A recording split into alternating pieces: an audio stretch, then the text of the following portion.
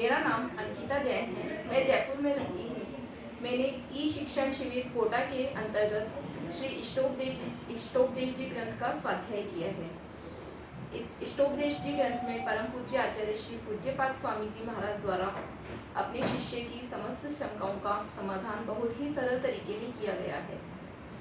शिष्य की शंका रहती है कि संसार के जो अपने मित्र बंधु बांधव हैं, इनसे राग करना और शत्रुओं से द्वेष करना, यह तो बहुत ही स्वाभाविक क्रिया है, तो इसमें हानि क्या है।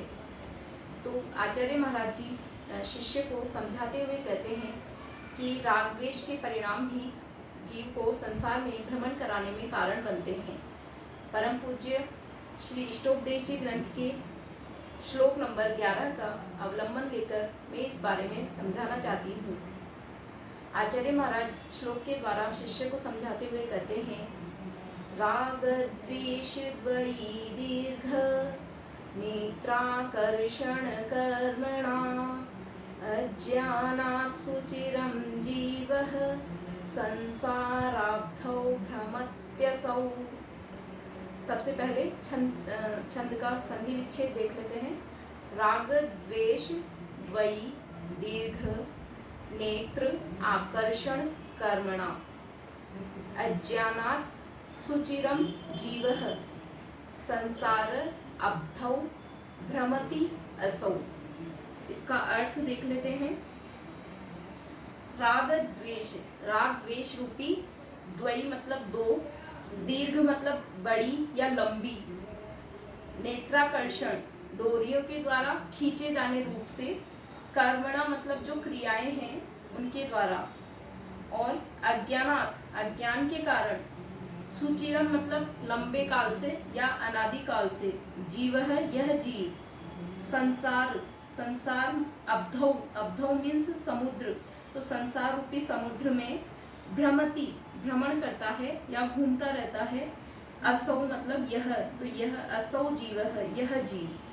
तो इसका अर्थ असौ जीव है, यह जो संसारी जीव है वह राग द्वेष रूपी दो लंबी रस्सियों के घूमे जाने रूप क्रिया के द्वारा, घूमे जाने रूप क्रिया से यहाँ पर मतलब है मथानी जो होती है।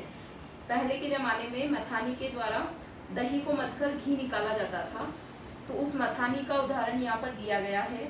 उस मथानी को घुमाने की रूप क्रिया द्वारा, वैसे ही राग द्वेष रूपी दो रस्सियाँ उस जीव को मथती रहती है, उस जीव को इस संसार में भ्रमण कराती रहती हैं, और अज्ञान के कारण यह जीव अनादिकाल से संसार रूपी समुद्र में भ्रमण कर रहा है।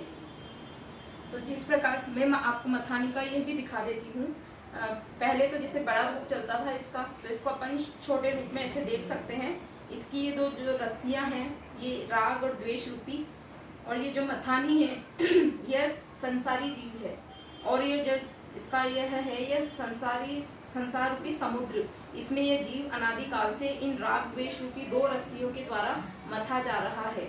तो ये राग द्वेष से इनके कारण जीव के कर्मबंध होता है, और कर्मबंध का उदय होने से यह जीव चारों गतियों में भ्रमण करता रहता है। यही इस श्लोक में बताया गया है।